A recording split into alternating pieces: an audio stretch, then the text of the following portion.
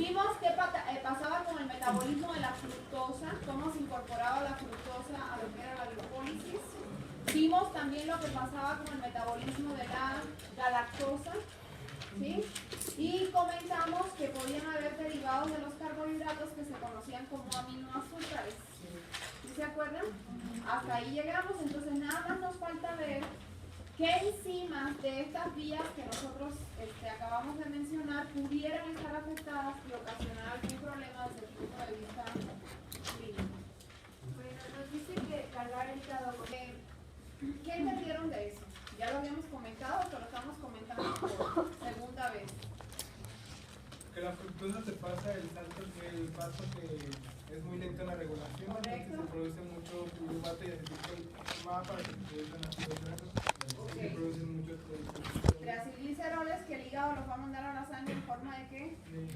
De VLDLs. Y como las LDLs, ¿se acuerdan que yo ya les había comentado que son derivadas de las VLDLs?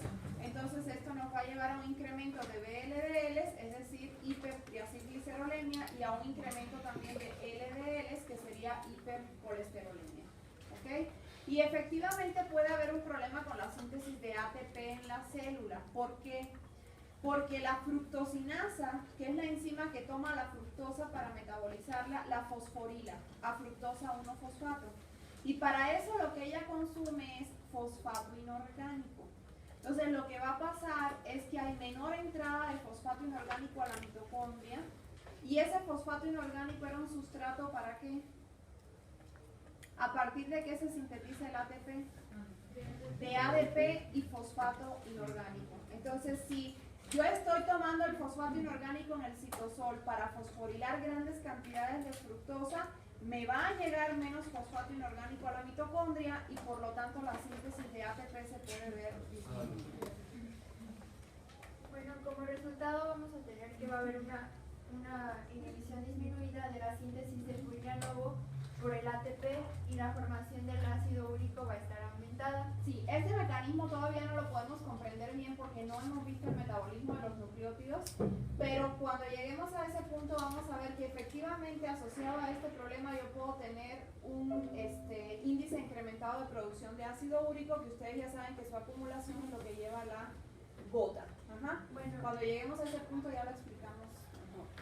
en la hiperuricemia, esto va a ser una causa de la gota, y la fructosa se absorbe a partir del intestino delgado mediante difusión pasiva, y las dosis altas por vía oral pueden llevar a una diarrea osmótica.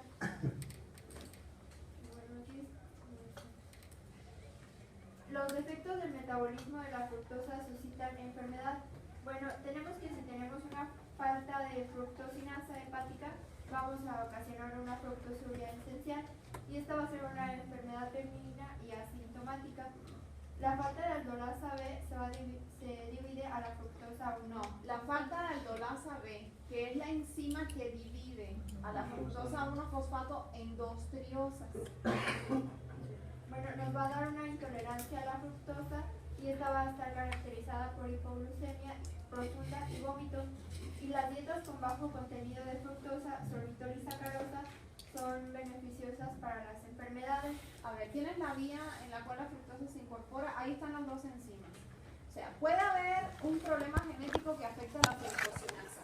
¿Por qué esto no nos va a dar tanto problema? Porque la hexocinasa también tiene capacidad para metabolizar la fructosa.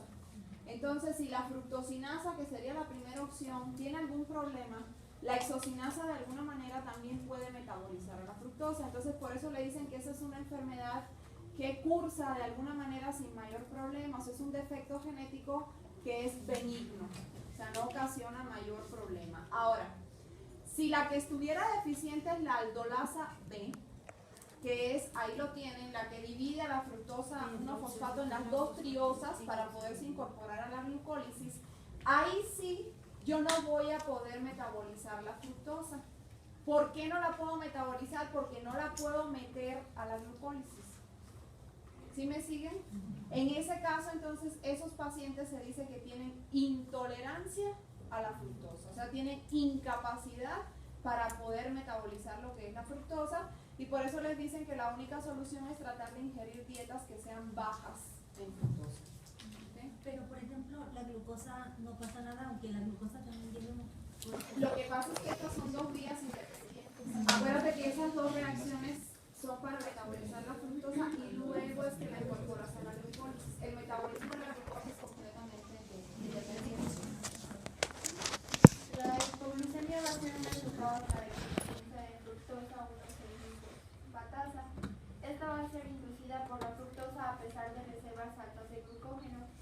De este modo, que las fructosas 1-fosfato y 1,6-fosfatos van a inhibir de modo alostérico la glucógeno fosforilasa hepática, y el secuestro de fosfato inorgánico va a conducir a un agotamiento de ATP e hiperglucemia. O sea, la fructosa 1-fosfato, ella va a ser inhibidora de la enzima que degrada el glucógeno. ¿Ok? Entonces, yo ingiero fructosa. Mi célula lo transforma en fructosa 1-fosfato, pero la enzima que sigue está deficiente. ¿Sí me siguen? Entonces se va a acumular fructosa 1-fosfato y esa va a inhibir a la glucógeno fosforilasa. Por eso es que podemos caer en un estado de hipoglucemia, porque la acumulación de fructosa 1-fosfato inhibe a la enzima que degrada, o sea que es la principal en la degradación de lo que es el glucógeno. Entonces, asociado a una intolerancia a la fructosa, podemos tener un problema de hipoglucemia. En algunas personas con diabetes mellitus vamos a tener concentraciones elevadas de fructosa y sorbitol en el cristalino, lo que nos va a llevar a una catarata diabética. Y la formación de fructosa a partir de la glucosa va... ¿Es la misma donde estaba lo de la fructosa? No, pero está arriba. No. Ok. Esta enzima, la aldosa reductasa, efectivamente es una enzima que no es sensible a los niveles de insulina. Se encuentra en estos tejidos que ella mencionó y voy a mencionar específicamente uno que nos interesa, que es el cristalino. Esta enzima tiene también la característica, aparte de que ella no es sensible a la insulina, tiene la característica de que su afinidad por la glucosa es muy baja. ¿Qué quiere decir eso? Que si las concentraciones de glucosa que nosotros tenemos en sangre son las normales, esta enzima básicamente no funciona. Para ella poder unir glucosa, ella necesita que nosotros estemos en un estado de hiperglucemia, que es lo que caracteriza a la diabetes. Cuando estamos en hiperglucemia, esta aldosa reductasa comienza a capturar glucosa y la transforma en lo que se llama un azúcar alcohol, que es el sorbitol. Y ese sorbitol tiene dos problemas. Número uno, no difunde a través de la membrana, por lo tanto se acumula en el interior de la célula. O sea, no tengo un sistema de transporte que me permita sacarlo, ¿ok? Se acumula. Número dos, es osmóticamente muy activo. ¿Alguien recuerda qué significaba eso? Que retiene mucha agua y empieza a ocasionar problemas con la presión intracelular, en este caso en células, por ejemplo, del cristalino. Entonces, la producción del sorbitol está directamente asociada a la aparición de lo que son las cataratas diabéticas. Ahí, ¿cuál es la solución? Hay que controlar los niveles de glucosa en sangre para que la aldosa reductasa no esté sintetizando sorbitol. Bueno, las deficiencias de enzima en la vía de la galactosa van a causar galactosemia. En las galactosemias hay una incapacidad para metabolizar galactosa y puede producirse por defectos hereditarios de la galactosinasa uridintransferasa. No, de la la lactosinasa es una. Ajá, de la uridintransferasa y de la 0,4-primerasa. 4'-primerasa. Aunque la deficiencia de uridintransferasa es la más conocida, la galactosa va a ser es un sustrato para la aldosa reductasa, lo que va a formar el galactitol, lo que se acumula en el cristalino y ocasiona la catarata. O sea, el galactitol es otro azúcar alcohol que estructuralmente tiene los mismos problemas que el sorbitol, nada más que uno es derivado de la glucosa, el sorbitol, y el otro es derivado de la galactosa. Ajá. Y bueno, decía que iba a ser más grave si iba a depender del efecto de la uridintransferasa. Correcto. Puesto que se formula galactosa 1-fosfato por lo que va a agotar el fosfato inorgánico en el hígado y a esto iban a sobrevenir insuficiencia hepática y un deterioro mental. Correcto. ¿Tienen la figura? Ahí está. Efectivamente hay tres enzimas que pudieran estar potencialmente afectadas. La primera que tienen la galactosinasa, ¿sí? Luego la galactosa 1-fosfaturiditransferasa, todo el mundo la ve. Y la epimerasa, que es la que está a la derecha. Sin embargo, efectivamente la más conocida, y a lo mejor porque se presenta con mayor frecuencia, es la deficiencia de galactosa 1-fosfaturiditransferasa, que a esta se le denomina galactosemia clásica. O sea, cuando esta enzima está afectada se le conoce como galactosemia clásica. La galactosa no la voy a poder metabolizar si esta enzima está afectada y va a conllevar a la síntesis del galactitol. Y esto también se asocia a cataratas, pero aquí la diferencia es que estas cataratas normalmente aparecen a edades muy tempranas, o sea, son cataratas en niños. Casi siempre que hay cataratas en niños, lo primero que se sospecha es una galactosemia clásica, o sea, una incapacidad para metabolizar la galactosa. En cuanto a alimentos, ¿cuál va a ser nuestra principal fuente de galactosa? La leche. Porque el azúcar de la leche, que es la lactosa, está compuesto por glucosa y galactosa. Entonces estos son niños que tienen que evitar el consumo de lácteos o consumir deslactosado. Afortunadamente ya existe.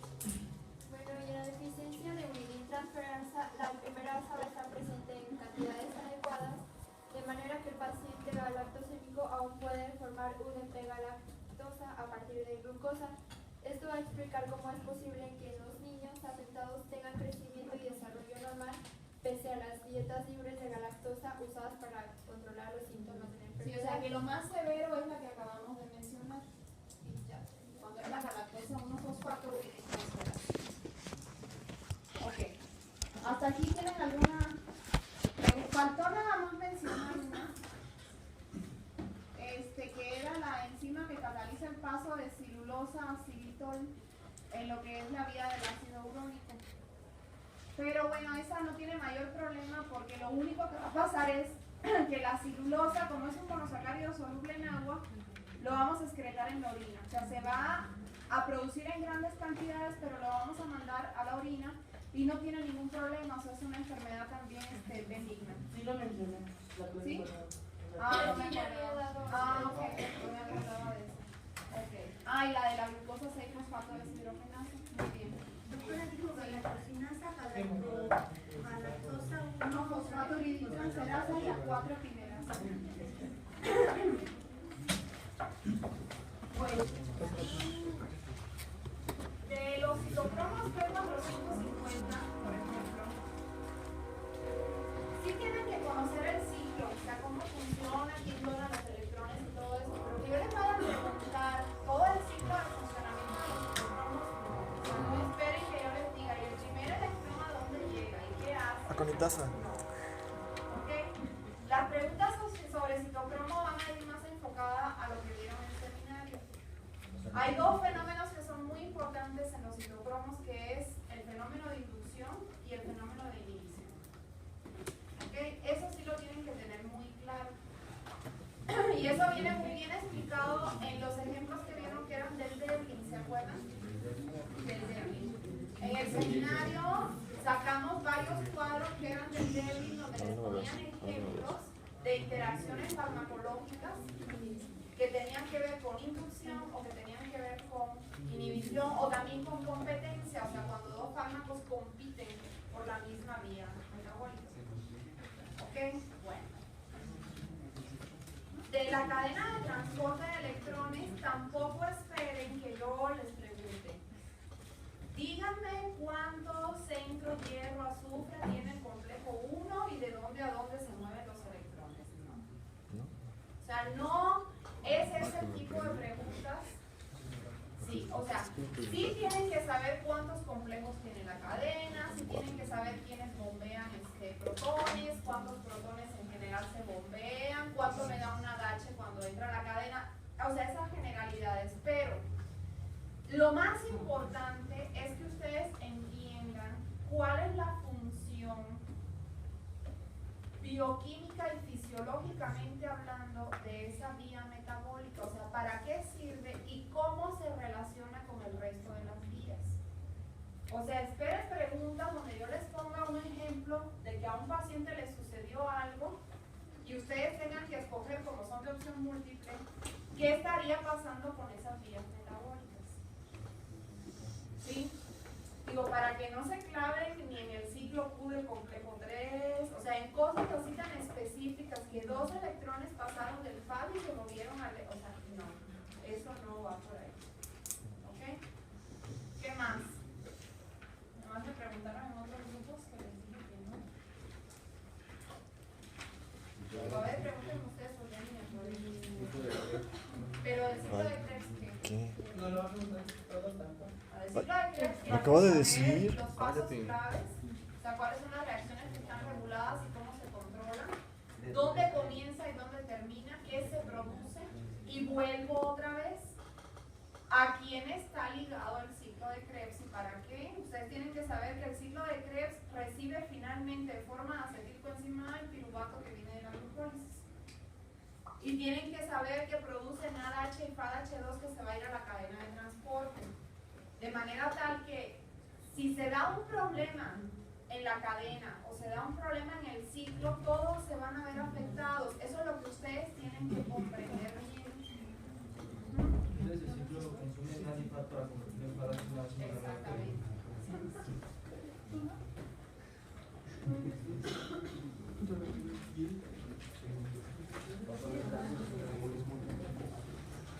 Sí, de hecho hay preguntas de opción múltiple que si bien no son casos clínicos como tal, o sea, sí se basan en algo que puede suceder y yo les estoy pidiendo que ustedes escojan bioquímicamente cuál sería la opción más correcta. Ajá. En el caso del citocromo sí hay un caso clínico. ¿La glucólisis? ¿Eh? ¿La glucólisis? No, de la glucólisis, lo mismo que les acabo de decir. ¿El ciclo de Krebs? Puntos de ¿Cuáles control. los puntos de control? ¿Cuáles son las enzimas que están reguladas y quién las regula? Eso es en cuanto a la cuestión de cosas que deben de saber de memoria, digamos. Y aparte, insisto, comprender cuál es el papel de la glucólisis en la célula, para qué sirve, con quién se relaciona.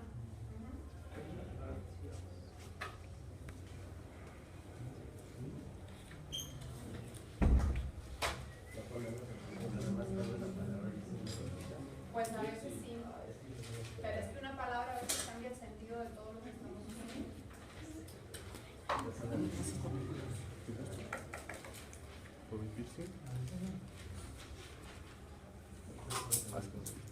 De carbohidratos, como los primeros y todo eso. En ese capítulo los conceptos fundamentales, ¿qué es un epímero?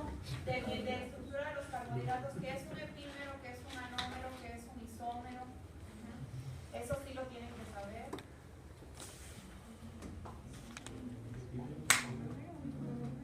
Epímeros, anómeros, isómeros. Anómeros, isómeros. Obviamente también la clasificación que vimos, cómo se clasificaban acorde a su grupo funcional, cómo se clasificaban acorde al número de átomos de carbono, que son las dos grandes clasificaciones que hay. Sí, no esperen un dibujo de una estructura y que yo diga ponle aquí, o sea, no. Me perdí en el último.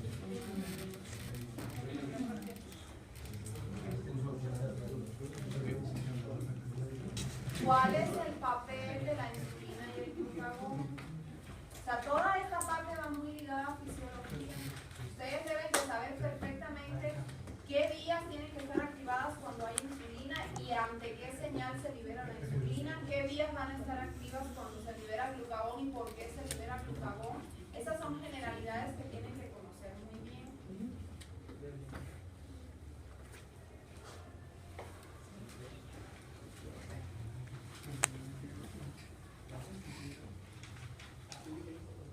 Igual el circuito. Si el metabolismo del glucógeno, las dos enzimas que son claves, glucógeno sintasa y glucógeno fosforilasa, ¿quién las regula? Ajá, o sea, ¿quién las activa, quién las inhibe? Obviamente, ¿cuál es el papel del glucógeno, bajo qué circunstancias va a degradar o se va a sintetizar. Ujú. Ok, gracias.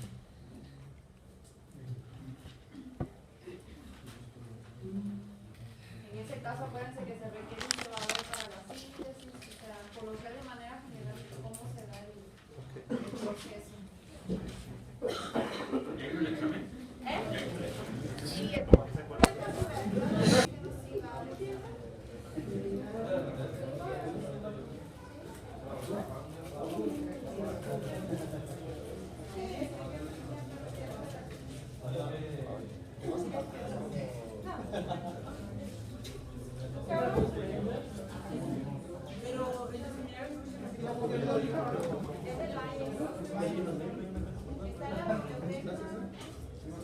bueno, la versión anterior, según ya me habían autorizado la compra de los pero necesitan ir a preguntar.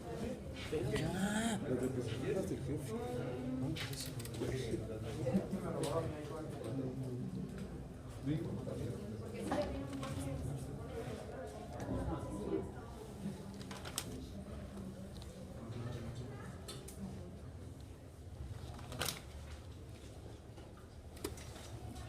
el peso que arriba lo vieron por el baile, el que se compró no vieron los casos por lo que era el peso.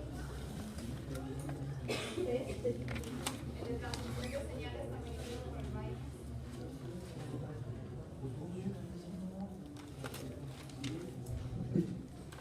¿También viene transmisión de señales? Sí, ese seminario lo vieron.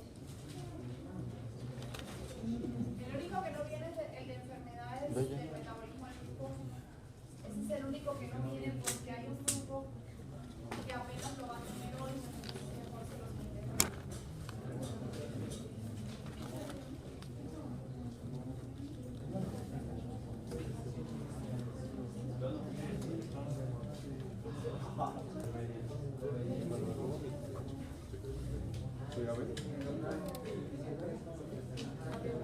Y ahora.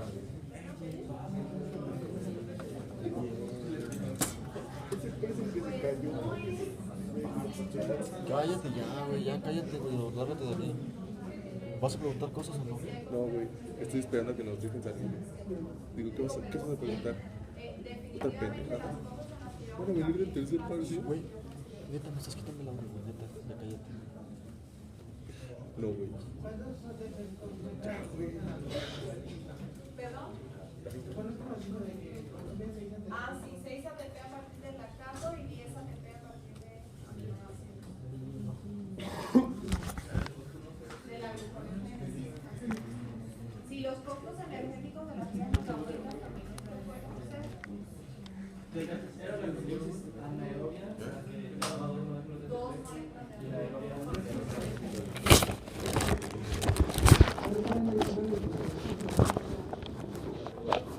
De la cadena respiratoria, los que bombean protones es la 1, 3 y 4. 1, 3 y 4. Sí, ¿verdad? ¿Y la ONE? Es la 6. Esa es la que puede estar fosforilada y no, ¿verdad?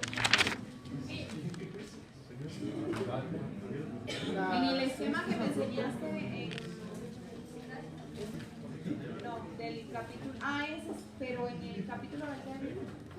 Ajá. Ahí viene también. Ese es el resumen y por ahí está también la regulación de la enzima más allá. Uno que viene la insulina o el glucagón uniéndose a la membrana más atrás. Sí, más. No, vete hacia la parte final del capítulo. A ver, no. Eso. Ahí está la enzima bifuncional.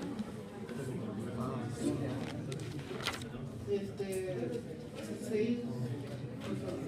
2 sinasa, fructosa 2,6 fosfatasa. Lo que activa y lo que inhibe. Esa es la enzima bifuncional.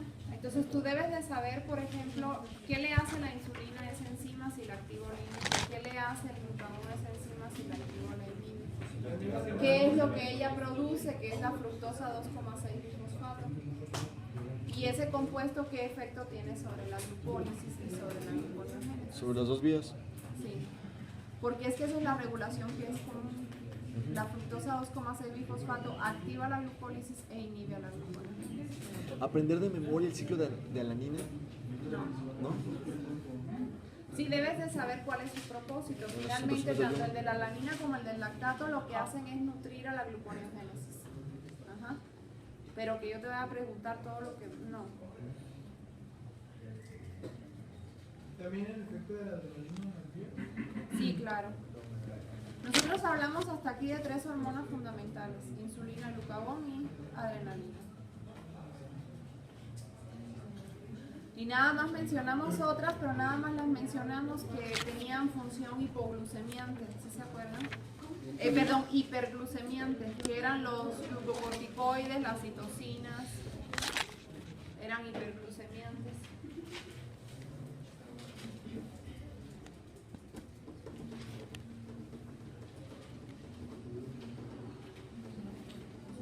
¿Los transportadores de glucosa más importantes son los dos? Todos son importantes porque tienen características diferentes. El GLUT2 es el de hígado y páncreas. El GLUT1 que está en cerebro y el GLUT4 que está en músculo y tejido adiposo, que es muy importante porque es el sensible a la acción de la insulina. ¿Había GLUT3?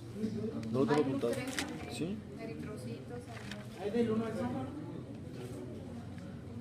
Más que yo hice más hincapié en el 2 y en el 4, porque el 2 es el de páncreas y Hígado y hígado, y el páncreas, 4 es el de músculo y tejido tejido adiposo. adiposo y es el sensible a insulina. El otro es independiente de la insulina.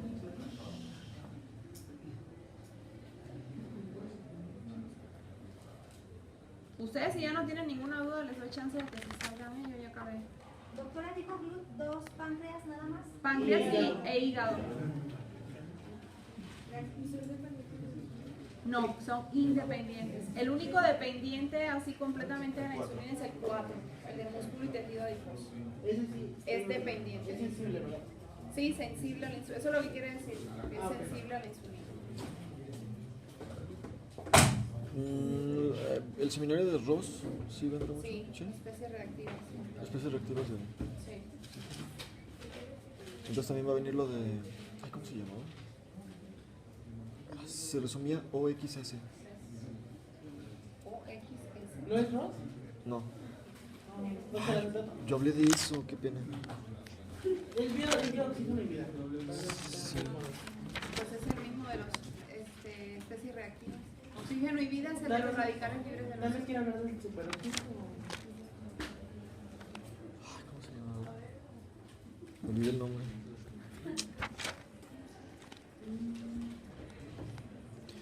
OX, ¿no? O X es oxidación.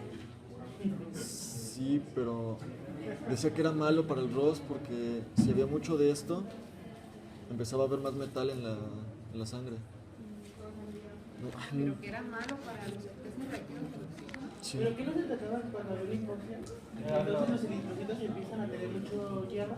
Y No, entonces pero dice que es algo que es malo para las especies reactivas del Sí, oxígeno. porque- Lo único que es malo para las especies reactivas del oxígeno, no. Las especies reactivas del oxígeno son los radicales. Y lo único que es malo para ellos son los antioxidantes. No hay más.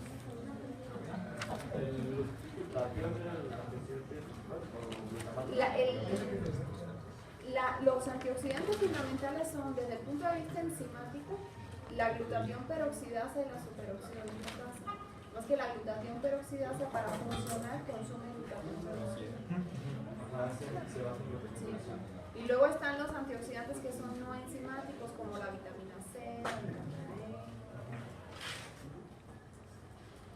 ¿Eso te ayuda mucho para la fibra? Sí.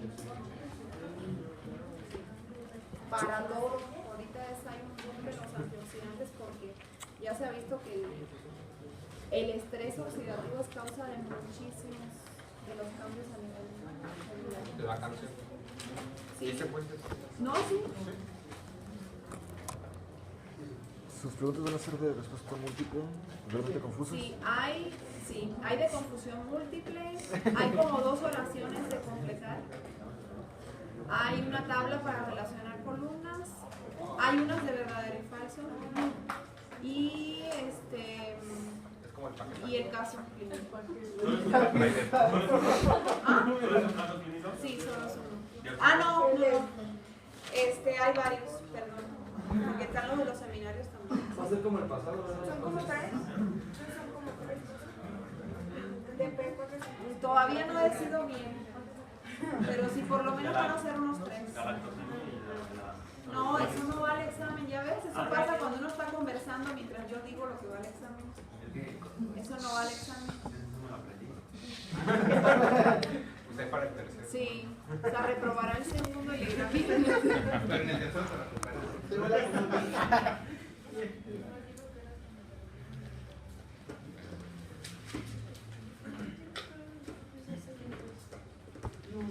Doctora, ¿cuáles eran los dos antioxidantes? Dijo 6 galactosa, no, 6 glutas. No entiendo qué es. antioxidantes, Sí. la glutatión peroxidasa y la superóxido dismutasa. Son los antioxidantes enzimáticos más importantes. Superóxido dismutasa, la superóxido dismutasa. ¿Antioxidantes más importantes? Antioxidantes A lo mejor enzimáticos. cuando preguntabas SOD, No, era OX. entonces quién sabe qué sería. Y superóxido dismutasa, Antioxidantes enzimáticos. porque son enzimas, ellas son enzimas. Porque te digo, luego tienes los no enzimáticos. Que es la vitamina C y Vitamina la... C, vitamina E, los flavonoides, que son por ejemplo los que están en la uva, en el vino. Se sabe que tienen Va a poner, por ejemplo, las enfermedades con defectos de las enzimas de la glucólisis. Ese seminario también va. Lo de si hay piruvatos en esa mano, dale una señalita. Enfermedades relacionadas con las vías que vieron del metabolismo de carbohidratos, eso lo vieron en un seminario también.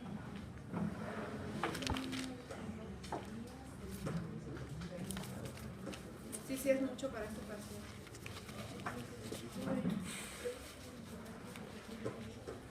Es que pusieron las fechas de los exámenes muy mal puestas. Luego nos quitaron un chorro de vacaciones de verano y de Navidad. No me Mira, dan dime. 2 semanas. Tan solo, o sea, los exámenes finales terminan, creo que son martes o miércoles, y al día siguiente empiezan los extras. Ah, sí. Y todos los extras están como en 3 días, o sea, que el que se lleve más de un...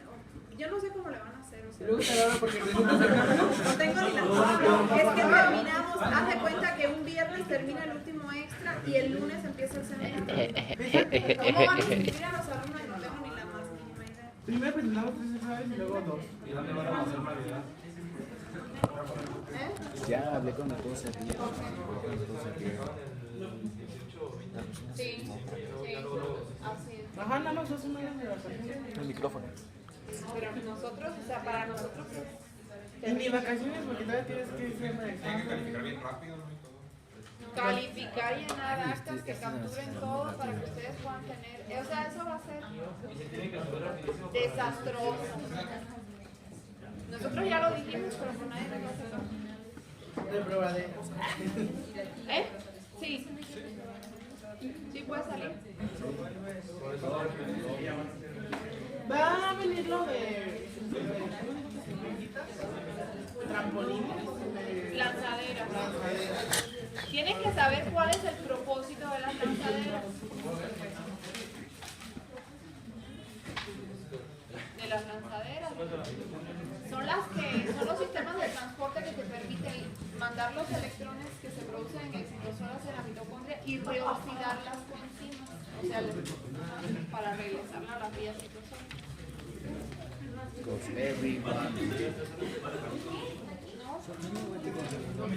¿Te has leído, verdad? Bueno, algo más, jóvenes, ¿no? Quedan libres entonces, nos vemos el martes para el examen. Va a ser allá abajo como siempre para que bajen. Ok. Estrés oxidativo. We ready. OXS. Que cuando había mucho estrés oxidativo, Ah, pero es que esa no es la abreviatura de... ¿no? Esa se la pusiste. Ah, sí.